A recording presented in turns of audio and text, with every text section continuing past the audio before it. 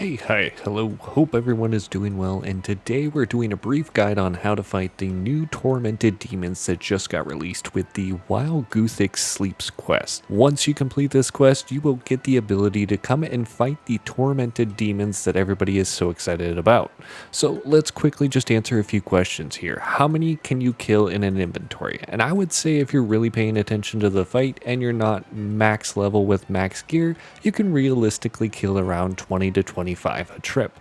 Now, can you kill these for a Slayer task? And yes, you can. You can use the Greater Demon tasks so that you can wear the Slayer helmet when you come down here. And then the last question I get a lot right now is it extremely crowded? And yes, as of any new content that comes into the game, it is extremely busy down here right now. Alright, so with those out of the way, let's get into the guide. Alright, first let's talk about gear. Basically what you want is a two-way switch of combat styles. In my video, you're going to see me running with range and melee, and depending on your gear, you could use any combination to be effective. If you want to throw mage in there, by all means, feel free to do that. I would recommend if you have the arc light already though, that you utilize melee as one of your styles. As for the inventory setups, this is going to be something very similar to things like demonic gorillas. You will see that I have only just a handful of prayer pots, one range, one super combat. Other than that, we have a teleport to the house, since I do have a jewelry box there, an herb sack, an ash sanctifier, a sapphire lantern which is required, and some food. Really, there's nothing major here for inventory, and all in all, it's pretty cheap to acquire and take with you. Now for getting here, like I stated before, you will need to complete the quest to have the ability to come here. So first thing you want to do is teleport to the Tears of Guthix via the game's necklace, like I just did from my house. And then we're going to simply come up here to the north and just climb up these rocks right here. Now, from this, all we need to do is actually use our sapphire lantern on one of these light creatures, and then you're going to see a prompt come up that we want to do travel into the chasm. And then from there, it's going to come and pick us up, and it's going to throw us down. So we're going to cut ahead here.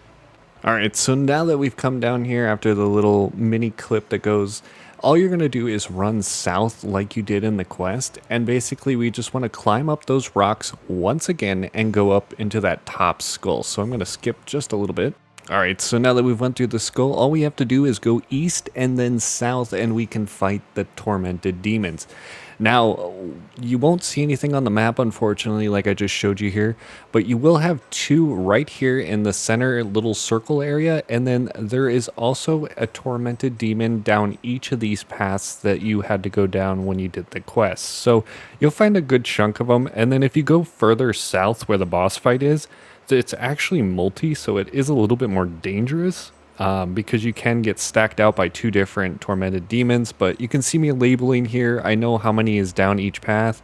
Some have two because the path just branches off, but like I said, feel free to just check out each of these paths. Now for the fight itself, it's pretty simple if you know how to do things like demonic gorillas. It's pretty simple. If you know how to do things like demonic gorillas, this will seem even more simple to you. But we're going to first start off by attacking and just praying either mage, range, or melee. I typically like to do mage just because I feel like it hits the hardest on me, but that's just me. And you're not going to know what attack they're going to do initially. So it's just kind of a guessing game initially, but after that first attack, you're going to know what it's going to be using, so feel free to just switch the prayer as soon as you see him either throw the attack. Like you can see here on the screen, he's doing a mage attack, so we're fully protected.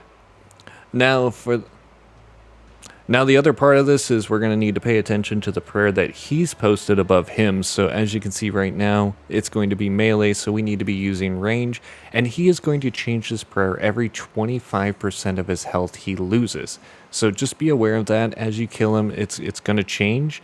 And then the other thing you're going to need to watch out for is the snare underneath your feet. Now the snare is very quick attack, and then it's going to throw two fireballs down, so you need to really watch out for both of those, otherwise you're going to take a good chunk of damage. I think it hits for like 40 or something around that. It can really stack you out pretty quick if you're not paying attention, and it's a very fast attack as you just saw. Now, to have the ability to switch prayers and know what he's going to do next, this is where it gets a little bit more advanced, I would say. So once he does his ground snare and you try to walk away, depending on what prayer you have up, you can kind of tell what attack he's going to do next. So if you start walking away and he starts walking towards you, you know he's going melee. Or if you have something like I have like mage above me and you walk away and he does not move, his next attack is still going to be a ranged attack, but it is now going to switch to range instead of mage. So if you keep this idea in your head, this fight is like super easy then.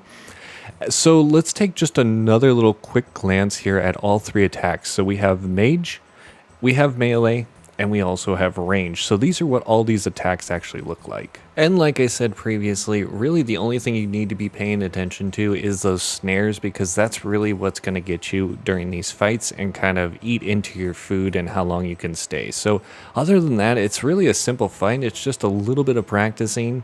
Like I said before, you can probably do between 20 and 25 per trip. So thanks for watching the video, and that's all I have for you today. Hopefully you learned something out of the video, and I wish you all the luck on your hunt for the new items, and I'll see you next time.